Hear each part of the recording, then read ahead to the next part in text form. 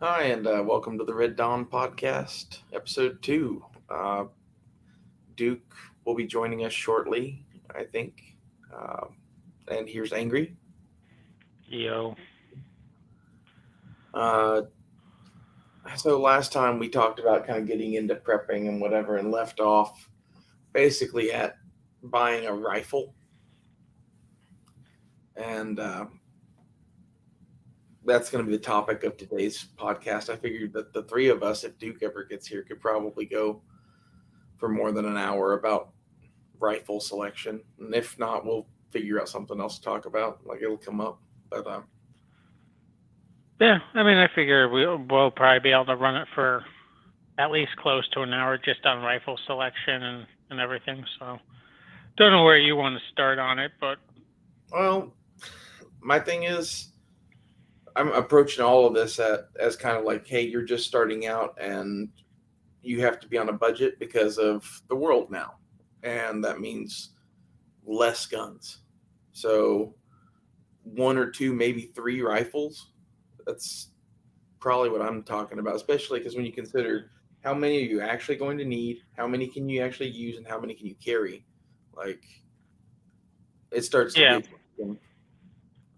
So I'm thinking like one, maybe two rifles, and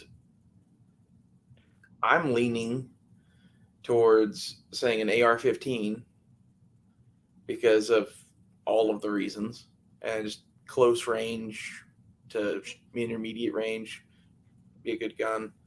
And then for gun number two, a mid-priced bolt action like a Ruger American or a Mossberg MVP in 308 with a scope on it that's like 3 to 9 at least, not more. And that way you have some sort of mid-range, longer range capability that's pretty lightweight because it's a hunting rifle and it's not a sniper rifle. And then with the AR-15, it makes up for all that gun's shortcomings. And like you'll conserve ammo. You're gonna be one person alone. A belt-fed machine gun doesn't make sense if you don't have ammo for it. yeah. No, I agree. I agree with you on some of those aspects. So, baseline rifle, and it's again, it's the safe answer, right? Um, Especially on a budget these days, like you can put Yeah, together a decent enough AR for cheap. So AR-15 is going to be my go-to just because it's going to serve you defensively. You have a good defensive rifle.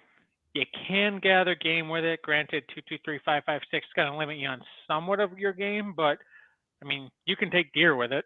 Um, you know, I wouldn't want to necessarily go taking out large bear or anything like that, but if you needed to, you could probably defend yourself with it.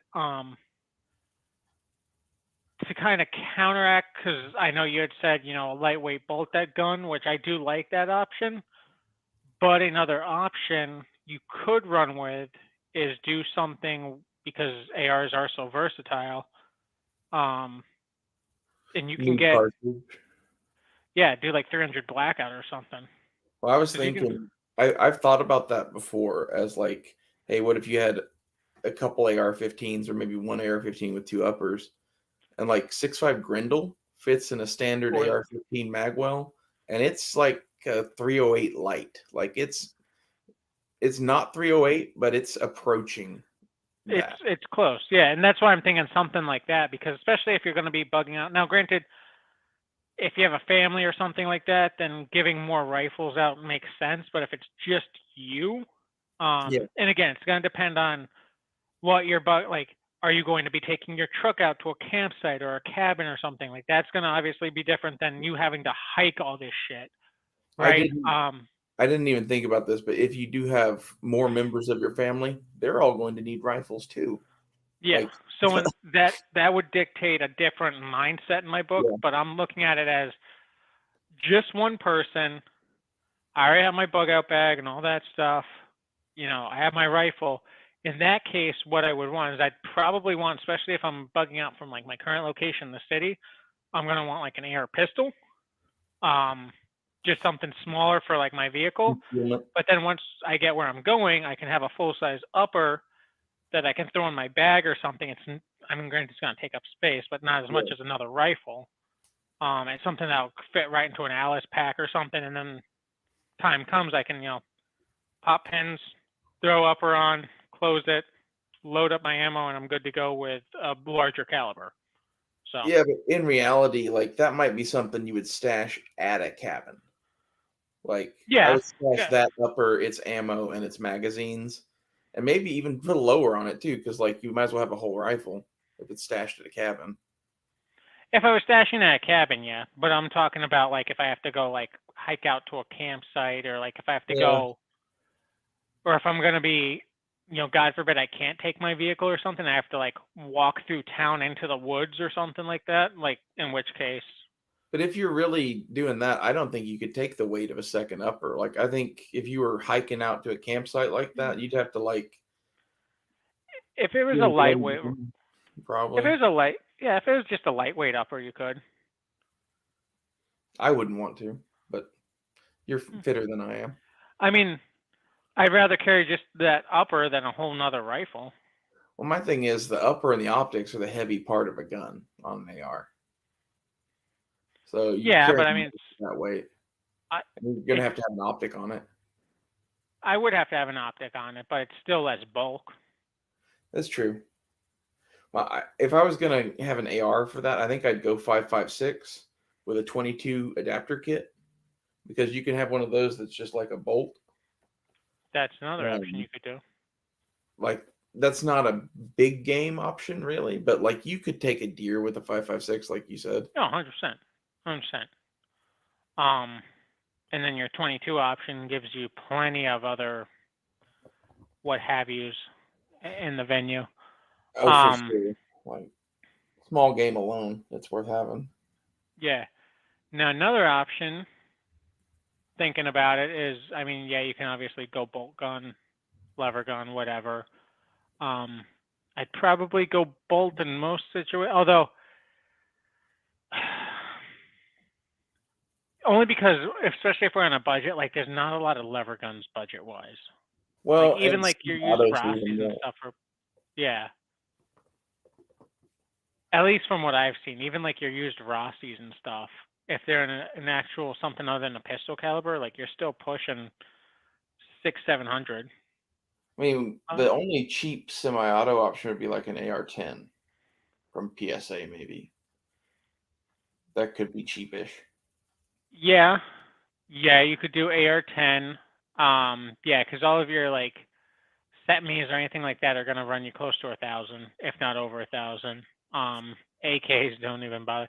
SKS is still a somewhat viable option because you can still get a Chinese SKS for what, like four-ish, if it's beat up, used. Yeah, and like if you were gonna run out into the woods with one gun, an SKS and a bunch of 7.62 by 39 on stripper Not a clips bad, would not a be a bad choice no. because that'll take quite a bit. I mean, even larger game, like you pump a couple 7.62 by 39s and it's gonna go down.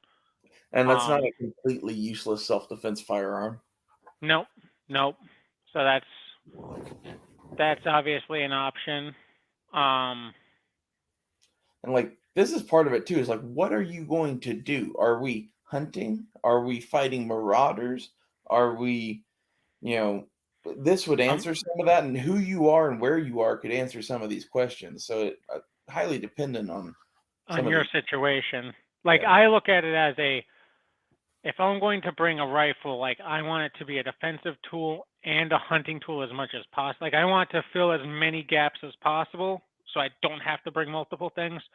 Obviously, like small game, I'm going to need a 22 for. But when you really think about it, if I needed to, I could do that with a pistol. Like So I can do trapping and my small game plan is a 9 mil. okay. So we're in agreement on that. Like I like 22s and whatever, and like if I was really, planning to do a lot of small game hunting, I would totally pack a 22. But like Yeah. I kind of figure between a pellet gun and a 9 mil, I'll probably be good. Now, something I thought of actually over the weekend, like in prep for this chat, what you could do, depending your budget, if like your budget's a little larger. Like, let's say, and again, this is a stretch probably for most people, but like, let's say your budget was like $1,300, right?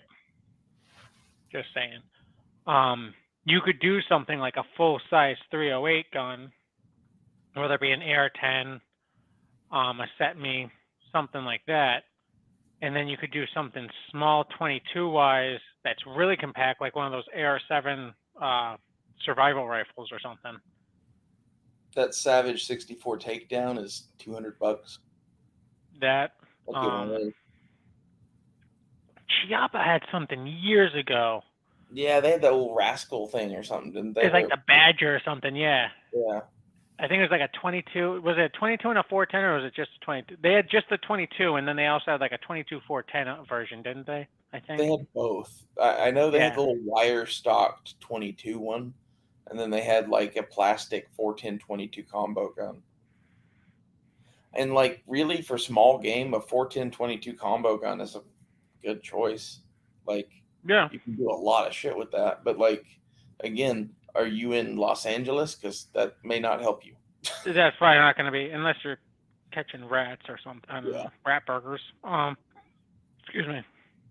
That's like one of those like if you're in Los Angeles, I think a pellet gun and a 9mm is going to make a lot more sense than If I'm in Los Angeles, I want a defensive I want like an AR or a mini, or well, you can't even. I mean, there's people in Los Angeles with ARs, but like I want like a defensive rifle and a handgun. Yeah, I don't give a shit about a little 22 or anything like that. Like, not really worried about it. Like either you're shooting pigeons with a pellet gun for stealth, or you're not hunting because it's LA and people will eat you.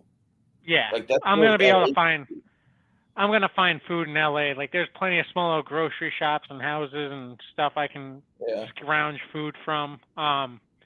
Worst case scenario, and it's horrible because I love them as creatures, but like, there's gonna be wild dogs running around and stuff like that, and dog is a good meal or whatever. Though that's gonna suck. It's gonna suck, but it's like, I don't know if things get that bad, but it would suck if they did. Yeah, I'm talking like worst case scenario, like I Am Legend type. Well, my thing is like prepare for that, but in reality, a great many things could happen. And so like with my zombie preparedness, there's always a note of what other things could happen between here and zombies. Because there's a lot on that road. No, there is. But like when I think of like small game, right? Like even in like Los Angeles or wherever, like you can do trapping. Yeah. And then you don't have to waste bullets. That's the other thing is really snare wire is not that expensive and it works. You have to have a shitload of them. Like it's a numbers game. It's like, you know, dating on Tinder. You just keep hitting like on all of them until you get one that likes you back. Even do something like a live trap. Like you catch something in a live trap. Like, I mean, you can catch. I'm thinking obviously not in Los Angeles, but like raccoons. Native American friends love turtles because they were easy to catch live. Oh, turtle! Have you ever had turtle soup? Turtle soup's delicious. It's fucking delicious, yeah. And you can just keep one alive in your backpack until you want to eat it, which is really sick. So it's not a snapper. Well, yeah, you can't do that with snapping turtle, but snappers are nasty. Their heads will bite after they're disconnected. It's really creepy. Dude, we emptied out a pool in my grandpa's backyard, and we found an alligator snapping turtle that was like the size of a fucking manhole cover. It was fucking huge. Yeah, they're massive and they're nasty. And but, like the guy found it, let it like crawl away. Like crawled off. But they're a good meal. Yeah, they are. They're a good meal. Where were we at rifles? We got distracted by the turtles. Yeah, the turtles. We were talking about like small 22s and like a larger scale, like 308 or something. One thing I will say when it comes to rifles, I'm not going bougie caliber. Like, that's just me in a survival situation. Yeah. Like, the most extreme out there crazy caliber I'd probably go is like 7.62 by 54R, because you can still find Mosin ammo pretty regularly, and like so And many you people can have stock Mosins. up. But well, I said, and you can stock up. and you can stock up. But I'm not doing like any of the Crazer Mauser variants. I'm not doing 303 British. I'm not doing 458 or whatever oddball AR platform ammo. Like, nah. It would have to be something like that 6.5 Grendel for me, where like it is doing something very specific that no other cartridge would do, and I'm making a lot of exceptions just to get this one thing.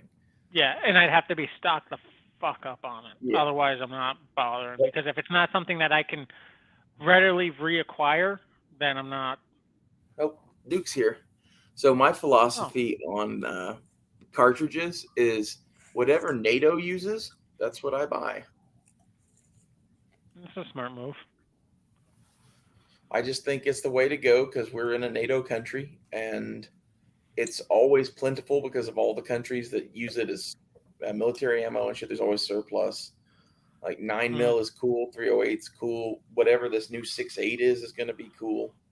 I don't know. I like the NATO ring. 5.56. Cool. It's got to be common practice. What's in place, what's used. I like using what the military uses. Things like that. Use what the military and local law enforcement uses. Like, that's always been my mindset. Yeah. Like, I have oddball calibers and stuff, but that's for my goofy one-off guns that I'm like, all right, I'm going to buy a couple boxes for it, and just because it's a fun, goofy old gun that I bought cheap. But it's not something that's my go-to. No. Yeah. Well, like I've always been like that too. There's a big difference between like my defensive guns or whatever and like collectibles. If you buy something like as a collectible, it's like buying a fucking baseball card or some shit, but it's slightly more useful because it's an SKS or some shit, you know? Yeah. Like, that's a whole different thing. But like if you're really on a budget though, some of those older collectible guns, I think in Mad Max have some definite upsides.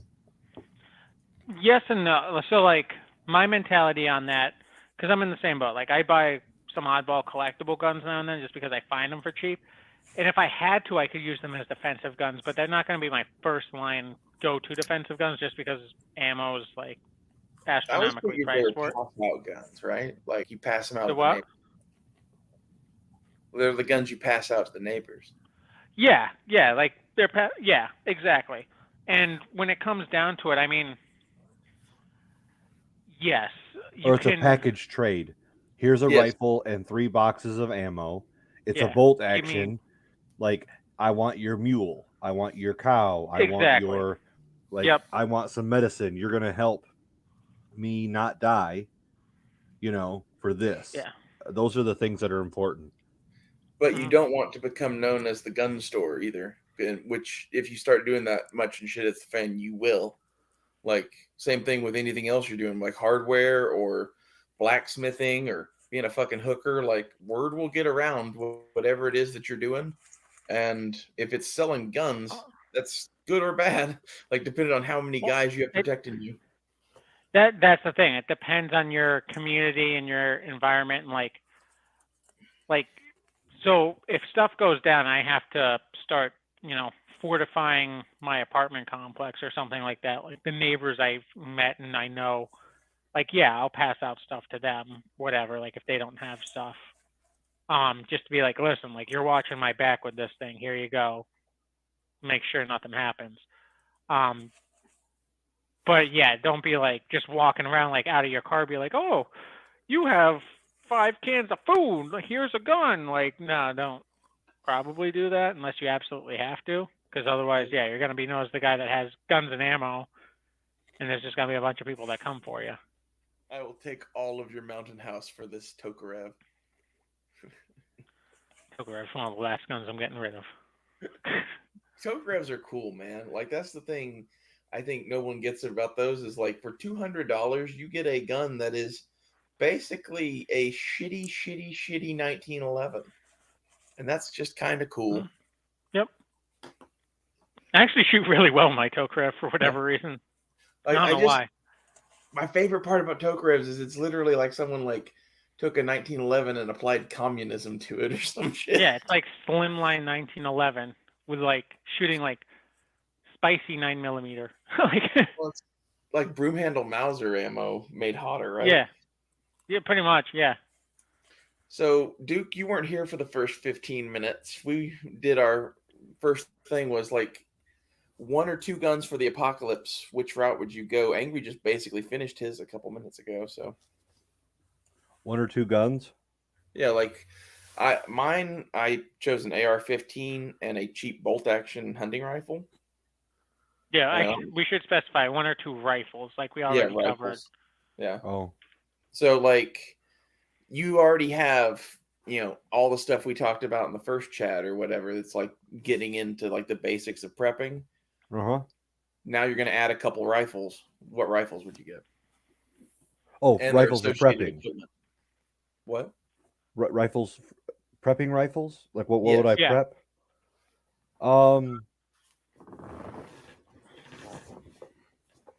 Well, for a rifle right now, okay, if Angry already talked about AR, I would get it into a budget AK. I think that there's still great options. I think that their PSA has a lot of good deals right now, so I would get an AK, like some kind of AK variant. With that, I would keep it iron sights because it's an AK, and I would get a bayonet, and I would get the chest rig that, like the Viet Cong style chest rig for it, and that holds like 6 magazines. They hold 3 actually. I've seen the newer style holds 6. Really? I haven't seen those. I've seen the 4 Sultans, but I just saw a new. I'll grab a picture of it and show you. Somebody makes a, like it looks like the one that you and I have, but it's a new version, and it has like 6 magazines. Several pouches.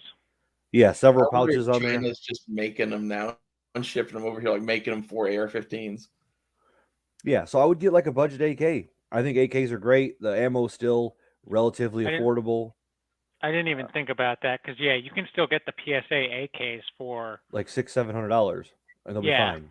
Which is not a bad price, and you get a decent AK. There's no reason to pick up a Wasser anymore because Wassers are overpriced, and I don't trust the quality when you can get a PSA for $600 or $700 on brand new. On the used market, you could probably get it for $550, $600 flat.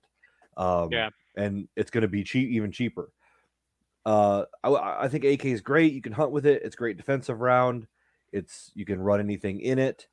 I like the chest carrier rigs. Those can act as not only carrying ammo, but it's going to deflect some rounds. I mean, if somebody tries to shoot you in the chest with a 9mm, it might not go through your magazines. Stuff like that is important. I think those chest rigs are the easiest thing to wear and maneuver. I've not seen another design which allows you to have the same agility and movement and running and whatever you're doing as those chest rigs do. They just sit properly.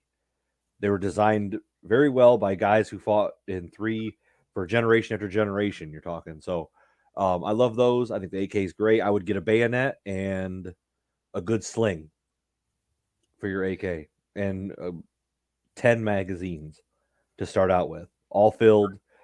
Another rifle, the second, 2 rifles, right? Yeah. Secondary rifle. Man, we'll keep it the Soviet block. I'll just get a Mosin Nagant. You could still pick those up. You could find one that's cheaper. I think I wish it was the days of Dunham special that were $78. What? Are you not worried about resupply? Are you just going to buy a shitload of ammo and hoard it? Is that the plan? I'm not worried about resupply. If you're fighting that much, you're going to be finding something else. We're talking about a budget. That's true. Yeah. That's a good point. I mean, I guess you could go easier on this. You could go something like an Axis, Kar 98. like an Axis, like 30-30 or something, or 30-06. Oh yeah. Or 7 or 8mm. You get something simple like that. I mean, just something that's $300 with a Yeah, and put like $100 scope on it. You're going to be great. When he said Axis, my brain went to Nazi Germany as well. It's not they all went that way. You know, he needs savage Axis. My brain instantly went to, okay, so who are we fighting? Who's going to be the Axis? We should buy their cartridges so that way we can pick up their ammo. I have a hard time. I mean, I get the bolt action, but you got to understand your thought process of going out in the woods and shooting a deer. It's just not going to happen in the first while. So that's not at all why I have a bolt action. Would you like to hear why? Why? So an AR-15 in this for me is a defensive thing. The bolt action has nothing to do with hunting. It is an offensive weapon. It's in 308, and like if you zeroed that thing right and have the right scope on it, you can take a shot at 300 or 400 yards with little to no skill. If you have skill, you can take shots out at 500 or 600, 700 yards, 800 yards. They get harder, but like compared to the AR-15, it's a much longer range weapon in general, and it uses less ammunition to attack someone with. So like the plan for the bolt action is literally to take 1 or 2 shots at something and then disappear. This is what the Mujahideen did to us in Afghanistan all the time. I get that mentality. See, for me, when I said just 2 different uppers, and again, like I'm running just myself, like packing off into the woods or whatever, if I have to, God forbid, make that decision. I ran AR-15 as a defensive tool, and then my upper was just because if I have to fight something bigger, I have that option available to me, or if I have to gather food that I have to hunt something bigger. So mine was for hunting aspects. Yeah. My mentality when it comes to like longer range shots and stuff like that, like unless I'm pinned down by someone with longer range capabilities, in which case probably not gonna get pinned down. I'm probably just gonna get picked off. Like to be honest, like my thought process is not to engage them or anything like my thought process is to get out. Like when it comes to the apocalypse, like I don't plan on engaging anyone unless I have to. So now, granted, it depends on the situation. Like, my thing is, I'm not deep into your chat, but I'm not planning to like engage anybody. But if someone does start attacking you, I'm not just gonna sit in my house and fucking be a target. Like, you got to have some sort of plan. Yeah, but I mean, like, this is what I would advise. Again, like for me personally, I'm a whole different case. Like I'm gonna go dig a hole and probably die in it with my submachine gun. I'm trying to give advice for other people and whatever, and this is the advice I would give. And it's gonna depend on where you live, because like from where I'm at, like I have a 308 bolt gun, but there's no place that if someone was trying to engage me at my current residence, that I would choose that over the AR-15, just because there's no place where they have a long enough range of sight that I can't reach them with an AR, unless they're like hidden off in a tree, way off in the distance at like the very top of a tree. Like there's no way that they're gonna be we live in different places things again too, because like where I am right now in Tulsa, it's pretty close quartersy. But like if you take 2 steps out into the country, you can see 1,000 yards. Yeah, it all depends on your situation, where you're located at, and everything. And be the guy that's proficient with his gun. Yeah. And a bolt action will be just as deadly, if not more, than an AR than 2 guys with AR-15s. If you're the guy that can put that up to your shoulder and pop somebody off, you win the fight. Oh, I will say. I agree. Yeah. I agree with you on that. It's about where you're at, what you train with, what you work with. Well, I don't think. Go ahead. Most of my shit is like I'm one person, so that moves a lot of what I do. So my plan is like to fucking hide, be stealthy, and have shit like a bolt action rifle and an AR-15, because like I'm going to try, if someone does try to attack me, I'm going to start engaging them at probably 700 yards. Well, like Clint, and I just think that's probably the way to go. And the AR-15 is for when they get closer. I mean, like Clint Smith says, like, train with what you got. So like, if all you can get, and again, like, thank God we're in a different situation than we were back in 2020 when you can actually like get stuff now again, and you're not just stuck with whatever's on a rack. But like, if all you have is Grandpappy's old, 270 bolt gun, like, go out and train the hell out of it, and you can be pretty damn efficient with that bolt gun. Like, is it ideal? No. But like, if that's all you got. Well, see, this is where it's like what you got versus, hey, you have some money and you're going to go buy something, right? And like, what skills do you have too? If your only skills are hunting skills, then maybe don't spend a bunch of money on a sniper rifle or whatever. And like, I would never spend money on a sniper rifle until you already had an AR-15. But like, my point is, an AR-15 is kind of a defensive weapon, and like, that's cool if you only have to defend yourself. But what happens if, like, Red Dawn, like what we were talking about, like what the whole chat is, like, what if you are ironically, like, as you said that, they fired off the air raid sirens here for like the 5th time today. So good timing. The first time I heard it, like, I grabbed my kit and everything, was thinking like paratroopers were gonna be dropping out of the sky. It's like, no, they just fire that off a couple times a day to make sure people are awake. Patrick Swayze turned in his grave a little bit.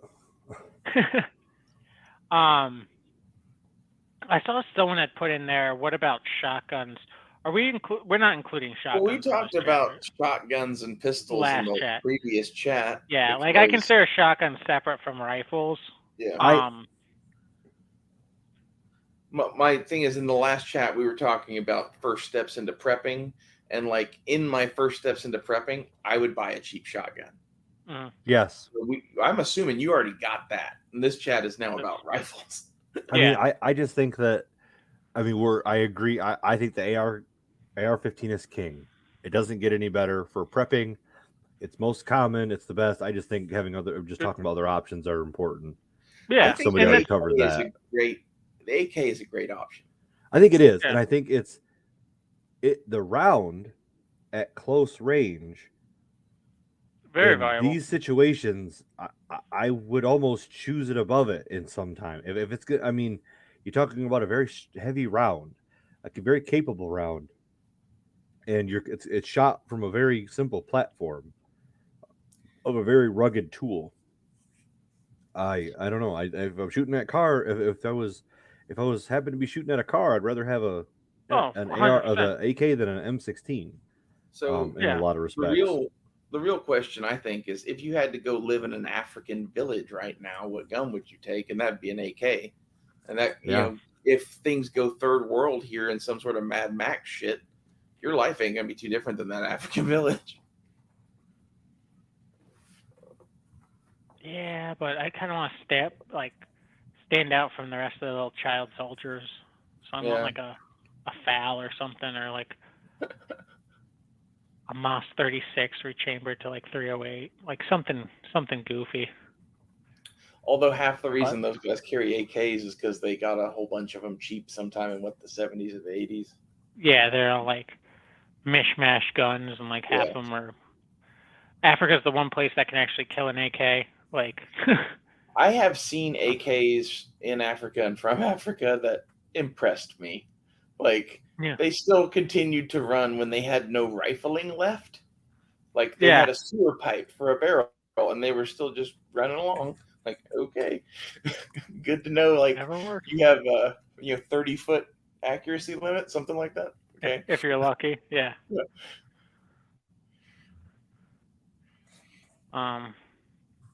But yeah, rifles. So Duke brought up a good part with like chest, because we didn't even step into that aspect of it, dude. We just hit rifles. But with that, like, kit is very important. I mean, there's plenty of people that I know that have a rifle that they don't even have a sling for it. Never mind a way of carrying ammunition. Mm-hmm. That always blows my mind when people don't even have magazines, ammo, or like a way to carry magazines. I'm like, did you just buy the gun because you thought it was cool? Like, that's the thing. Like, I can get it when you first buy the gun or something like that, or if it's something that's, maybe like harder to get stripper clips or ammo for, or magazines for, or something, like okay, I can give you a little, like I can give you a little bit of a pass. But like an AR, like, Yeah. all right, grab a couple magazines, at least maybe not the same day, but at least soon after. And yeah, a way to carry it. Like, and granted, there's lots of different things and gear online. Some of it's a lot better than others, but at the very least, like you can buy some Army surplus gear and carry AR mags around. Like it's not that much to buy some An Army LBV, web gear. Yeah, you could get a used LBV. I'm thinking for dirt cheap. what, like I bought $20? I bought mine. $20. I think for 15 or 20 bucks. Yeah, And I don't even care if it's you have a belt like a old belt and you have AR-15 mag pouches on it. Yeah. It's something. And I got work. better than that. You can go get those the 3-pocket bandoliers that are made for the Molly 2 vests. Uh-huh. You can get those in desert camo right now, 4 for like $40 or some shit on eBay. And like if you had, just one of those packed with GI mags for every AR you had, that would at least be something. Like, and you can get one for $15 if that's all you want to get. But like when it comes to AKs, like I have my my carbine AK, but I went out and I bought, because it was used, it's the old ammo pouches. It has like the flap on it and it holds like 4 AK mags in it. I got that for $10, and like that just throws onto a belt, and that's why I have it on. I just have it on a belt.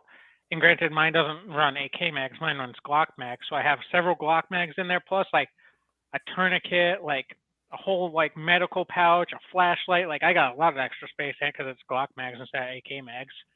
But $10, it's like, okay, cool. Now I have a full way to like carry tons of ammo. I've got a bag of just USGI gear right now that I keep throwing stuff into, and some of it's like just like those 3 mag open top belt pouches. And even if you just had some of those, even just one of those, like that's 3 mags on your belt. I think when I bought my first AR, I bought 3 USGI mags and one of those green pouches at the gun show to go with it. Yep. So like that's where my head was at in like the 90s or whatever. And you can get a sling for a couple bucks. Like I think I bought my first AR sling ever. And granted, it was nothing fancy. It was like a surplus GI sling. I think it was like $8 on Amazon or something. Like it was nothing. Yeah, you can get the M16 or M14, M1. They're all pretty much the same sling on eBay new for like $20 still, I think. You can make a sling out of 550 cord. Or that, yeah. And I would accept that before I'd accepted someone that didn't have a sling. Because if you ever moved with a rifle, you understand you're going to have to sling it and put it around your body and use your hands. And you can make a 2-point sling, 3-point sling for $20. Just do that.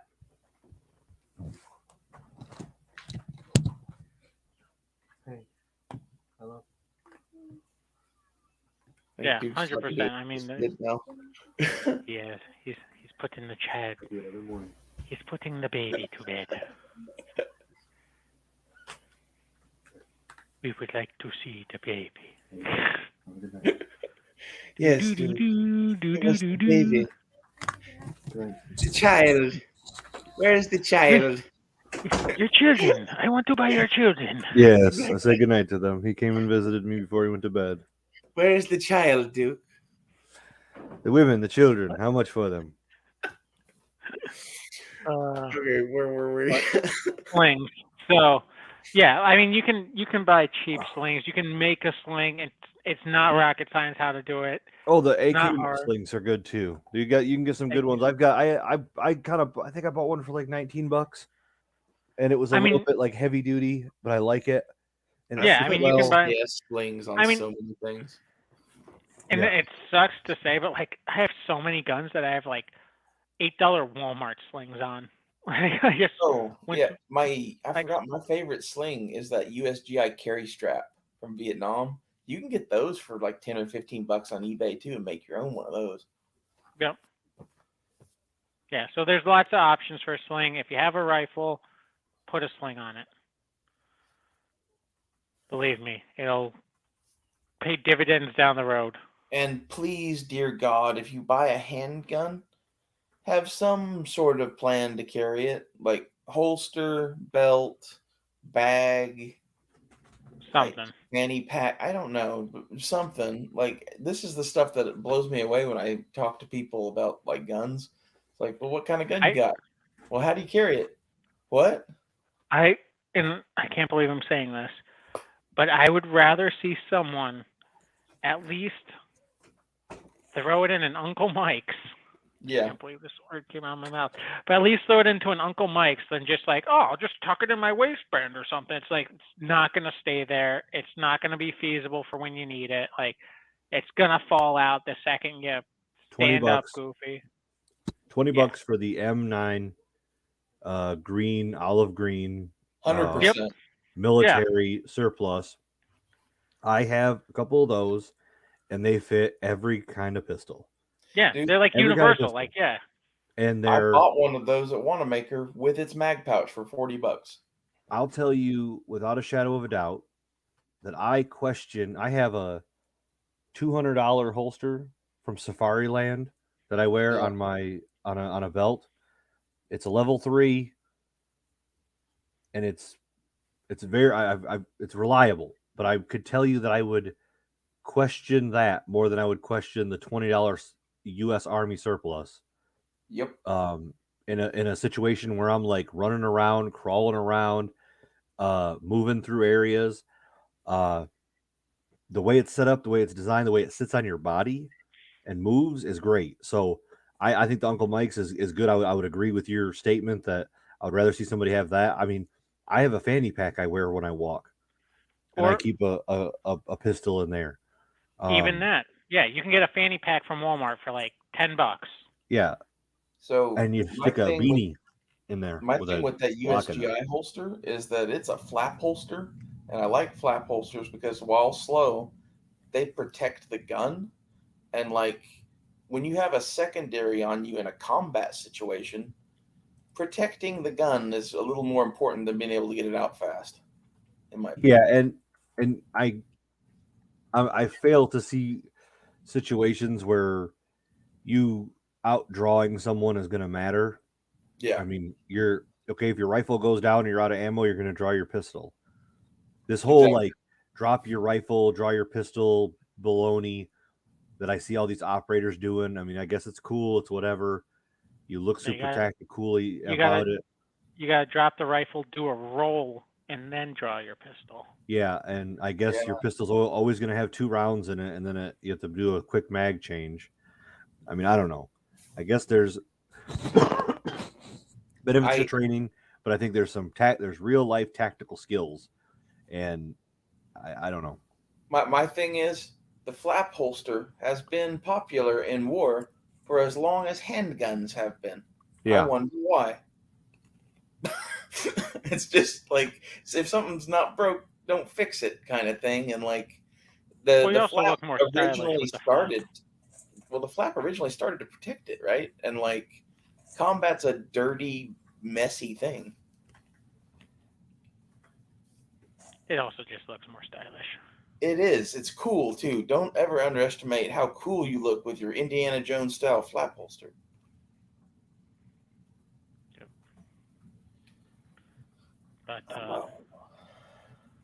and then you can go up from there but I mean on a budget, I mean there's plenty of budget options. Like if you're gonna budget in to buy a rifle or any, whether it be handgun, shotgun, rifle, what have you, like budget in a couple extra bucks, like $20 or so for, obviously you're gonna want to budget additional money for ammo, but like budget in some extra money for a sling, and then magazines.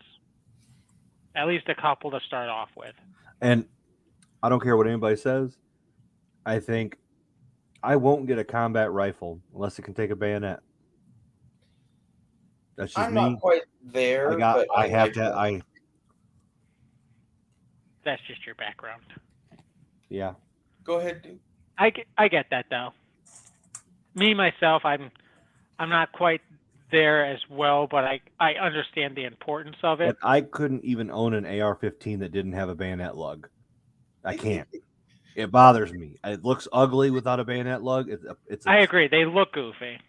It's like castrated. I just can't take it. I like the Vietnam carbines to not have the bayonet lugs because the original ones in Vietnam had them cut off for weight,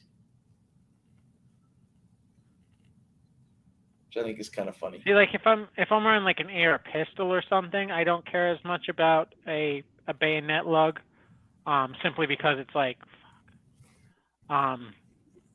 well, by that point my arm's probably longer and I can probably reach farther with my arm than with the little pistol. So, I mean, it's going to be close. So, my thing with this is, if I'm going to have a gun that has a bayonet lug, I want its barrel and shit to be appropriate to mount a bayonet. So yeah. I think that is also really important, Duke. And my main thing with the bayonet is not that the bayonet is a great weapon, but that it is a weapon that doesn't run out of bullets. Yeah.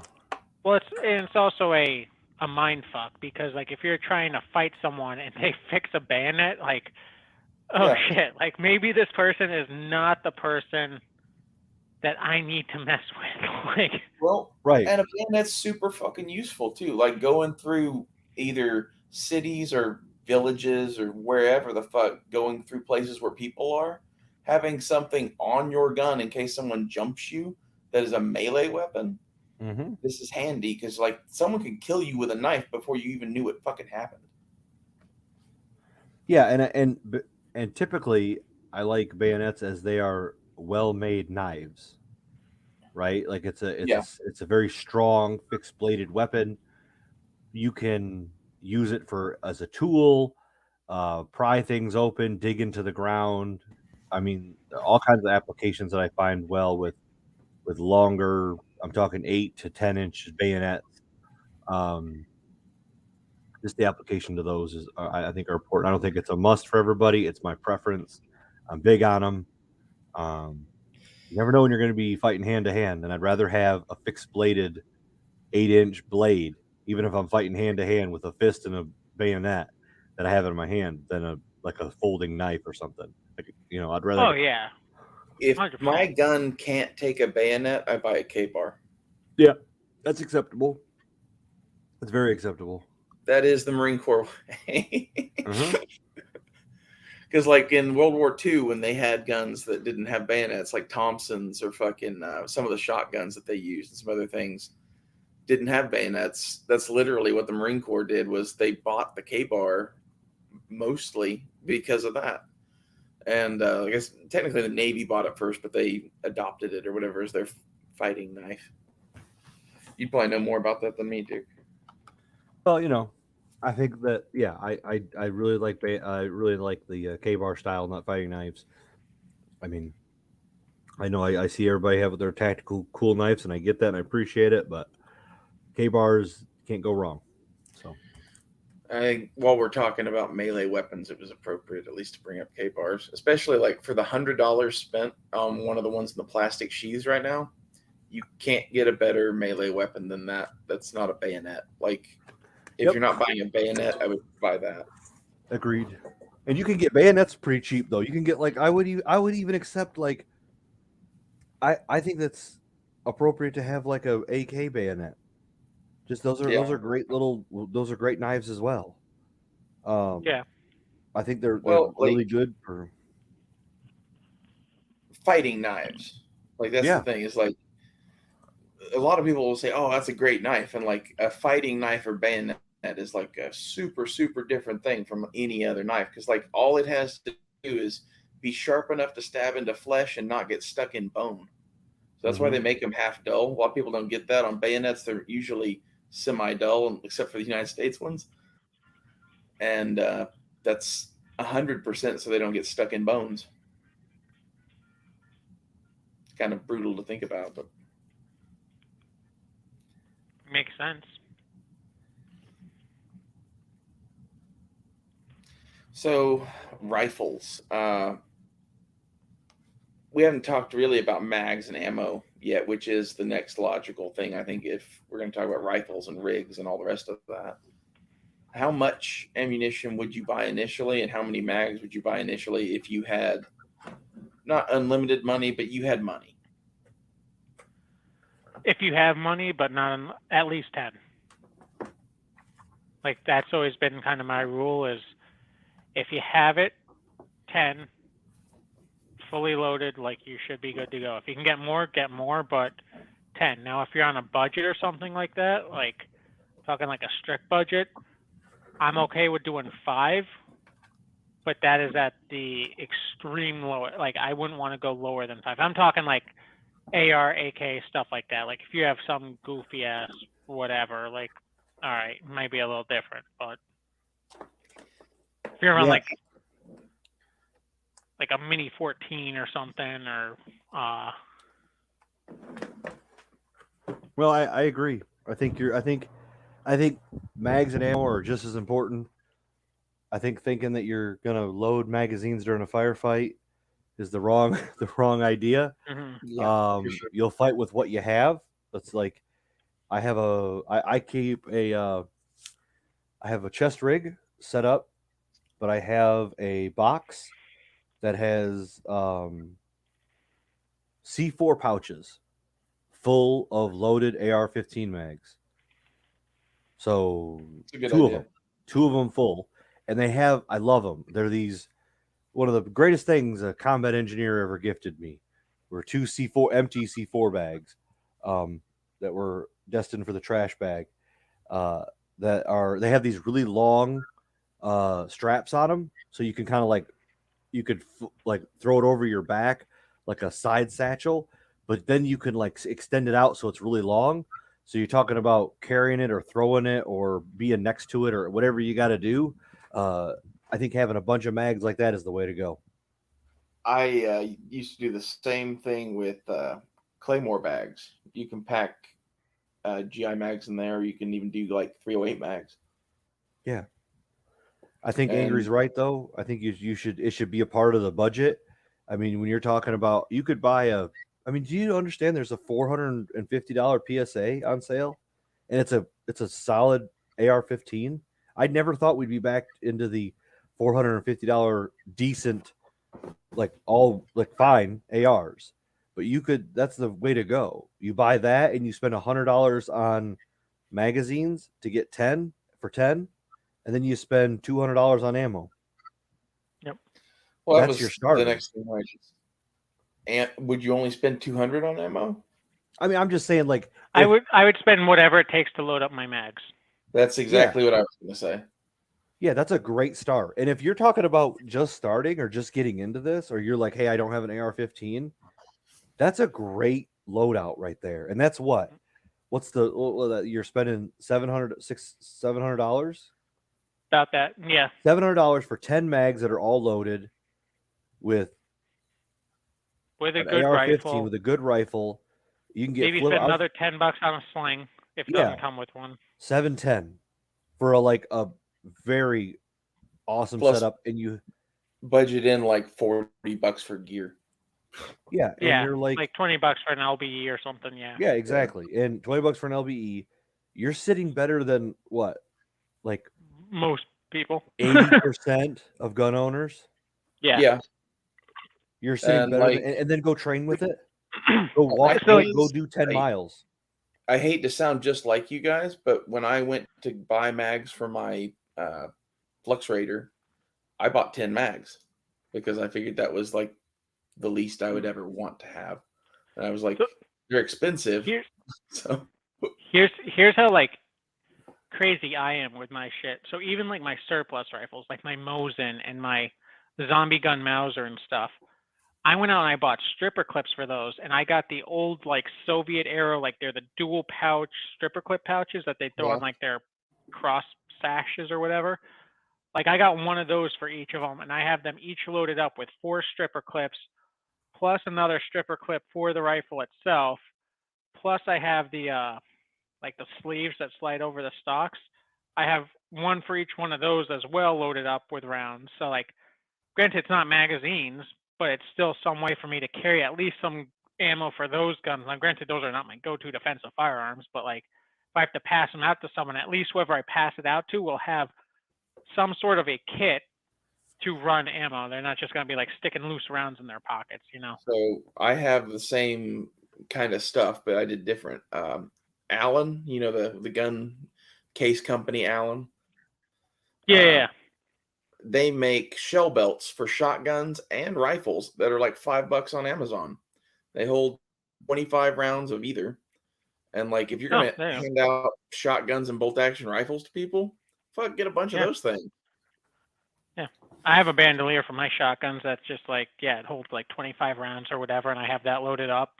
Yeah. I have to grab my shotgun. I grab the shotgun, clip on the bandolier, and then I have ammo on the shotgun itself. So I'm like, okay, I'm good to run. You'll fight what's in and on the shotgun. Clint Smith, right? Yep. We're quoting him a bunch tonight. that is 100% accurate. But if you have the time to throw on the shell belt, it is really, really easy to load from a shell belt. Oh yeah, I wasn't knocking that. I'm just praising the attachment to the shotgun itself. I agree. As the way to do it. And a bandolier is great. I think in this whole AR-15 world that we live in now, the past 10, 15 years where that's been like the go-to gun, I think it's great, but I think people discount the ability of what a shotgun can do at about 5 feet to 10 feet of range. You might survive an AR-15. You probably will, depending on where you placement of the shot, but you have a good chance of living if you get some good medical attention. But there is zero chance of living from a shotgun blast from about 5 to 10 feet. Yeah. See, even if you have armor on, like, granted, I know everyone's like, well, I want my AR-15 because the door's going to get busted down with 4 guys with body armor on. It's like, okay, well, even with a shotgun, like, I'm throwing slugs at you. Like, you're going to second guess your life choices as soon as you get hit with an ounce of lead center mass. Like, I don't care if you have armor on or not. 9 pellets coming at you. 9 shots. This is pretty much what Angry and I said in that first chat on shotguns is like, if you only have $200 or whatever for a weapon, go get a fucking pump action shotgun. You can either get a Maverick 88 or any one of 100 other types of shotguns that are at your local pawn shop, probably for $200. 12 gauge. It might have a hunting barrel, so buy a hacksaw for $10 and cut it off. Like, and buy 2 boxes of shells. Yeah, like that is the first weapon to prep. And like, it's not the first thing to have bugging out or some shit like that, but like, that's the thing I would have in my house full of food, just in case somebody tried to take my food out of my house.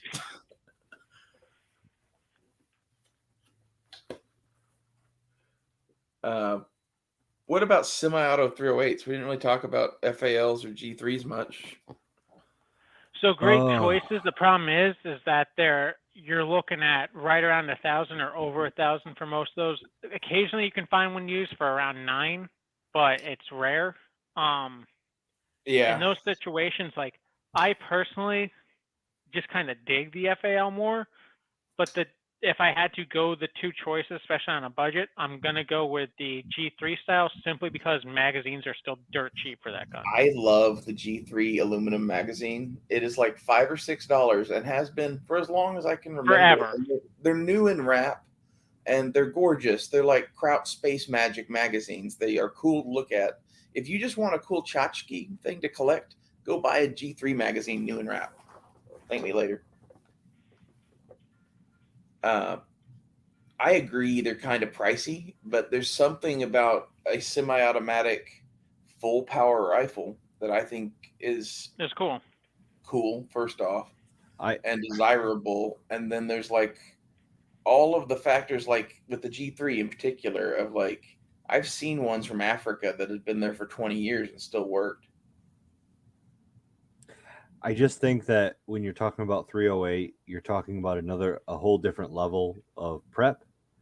And not saying that that's not an option or you shouldn't have it, but I would rather see someone get an AR-15 with 10 mags and 2,000 rounds than a 308 with, you're not going to get as much for that. My thought is, at this point, my thought is, if you are one person and you're preparing or whatever, there's several options to go. And the alternate option that I would go, rather than a bolt action and an AR, would be a G3. Because then you have one gun that can do both of those things.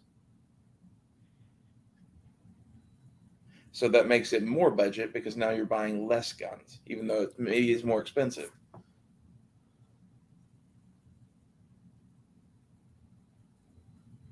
What do you think? Am I just being ridiculous with the 308 thing? No, you're not. I think there's advantages to it. I just think that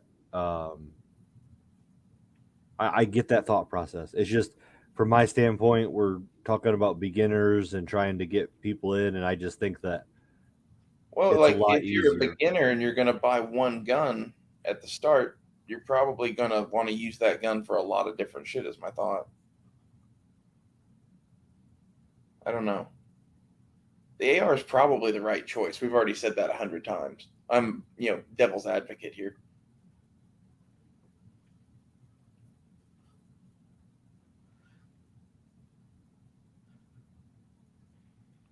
Basically just voicing for the G3 fans like you were for the AK people.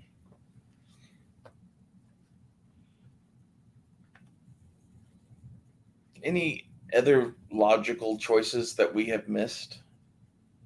You think? What about bullpups? We didn't talk about bullpups at all.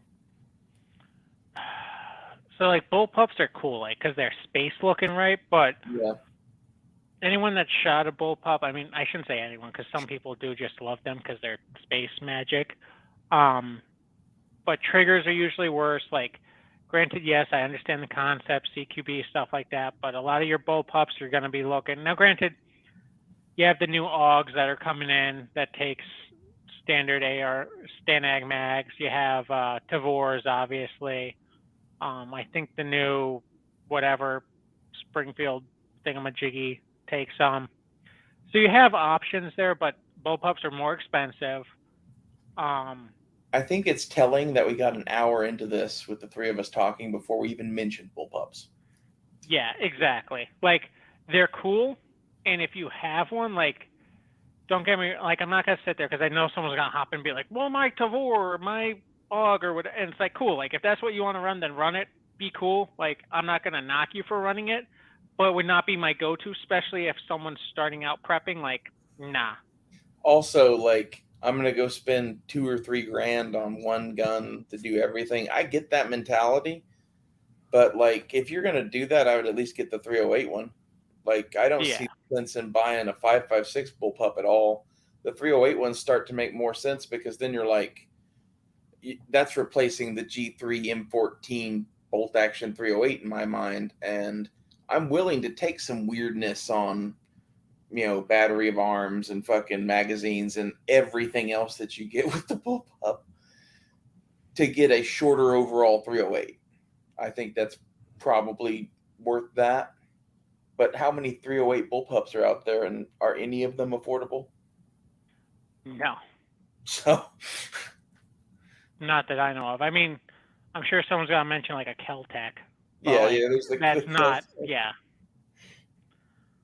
There's no real bullpup that like actually works 100% of the time that is in 308 and at a price that is less than $2,000. I don't think that exists. No. Yeah, I mean, again, like, I'm not going to knock someone if they want to run one. Like, it's up, like, you do you, boo-boo, but it would just not be my go-to suggestion for anyone. Like, I'm never going to suggest a bullpup over an AR-15 or even a 308 bullpup. Like, I'm never going to suggest a 308 bullpup over, like, an AR-10 or an FAL or a G3. Like, unless you're strictly running in vehicles, strictly going in house-to-house type stuff and, like, very tight quarters, that's the only time I might be like, all right, maybe a bullpup's a greater idea. But and he's asleep. Oh, he rests. Duke! We hit the hour mark. Yeah. To be fair. Well, I'm going to mute him while he snores. Well, that was fun while it lasted. But I was trying to throw up other options for us, like, to discuss and talk about, because, like, I think the AR-15 or AK is, like, the clear winner, obviously.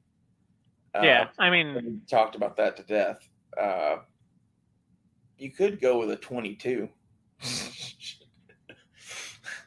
I mean, again, like, if one of those situations, if you are that much on a budget, yeah, it's what you're going to have to go with. it's not ideal, but you can still, you can still be deadly with a 22, just there's ways to be more efficient. That makes sense. I don't know. I think that's about it for the options, though. Like, there's maybe a few things, but they're going to be even weirder and squirrelier than bullpups and 22s. And like, I think really the AK that Duke was talking about is the Red Dawn chat option. But yeah, the I completely forgot about PSA AKs. The only problem with PSA AKs is you got to get them when they're in stock because they disappear quick, and then you're like up a creek until they come back out again. I love how PSA is just like, we're going to keep selling these at the fuck the gun control price, no matter what. So I think that pretty much wraps up rifles. I don't know what we'd like to talk about for our next chat. Maybe we can talk about that for a minute, or. Yeah, what is there any suggestions in the chat that people want to hit for the next? Let's do that roundup at the end thing. That's what we're talking about doing. What do you guys think? What should we do next for next week? We've covered bags. We've covered sidearm shotguns, rifles. We've covered prepping for the most part, like intro prepping. Yeah. We could do bug out vehicles. We could do bug out locations. Bug out vehicles would be really good. I think that might be it. See, bug out vehicles is another one. I think that's topical right now. Like, I think a bug out vehicle is a good thing to be working on today. Right now, Yeah, prep ahead of time. I'm down for that, Chad. I can definitely speak to that aspect and see, you consistently show up. Duke. He showed up. He got the sleepies. He also has like family stuff where I don't have any of that, at least for now. What is a last man standing game?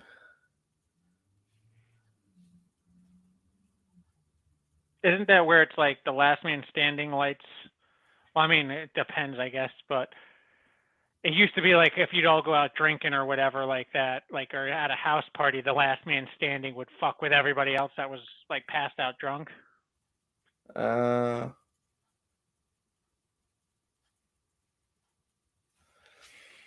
think we should do bug out vehicles. Okay. That could easily suck up probably more than the time we'd want to do this chat for. Oh yeah, I can talk to that for a while. So, yeah, I'm cool with that. We can do that, and I'll happily have that conversation with anyone. Okay. Well, next week, look forward to bug out vehicles on episode 3 of the Red Dawn podcast. I think we'll all agree the ultimate bug out vehicle must be a blue and white 1980s pickup truck, but forget exactly which one it was. It was a Chevy, right? Yeah, they had a Chevy, actually, it might have been I don't think it was a C10. I think it was a K10 that he had. It might have been like a K20 or something. I still love it when he's like pissing the radiator. Listen, it works. It's not going to work for long in the cold, but it'll work. It's overheating. Okay. Well, we'll see you guys next week, and I don't know. Have a good week. Have a good one all. Later.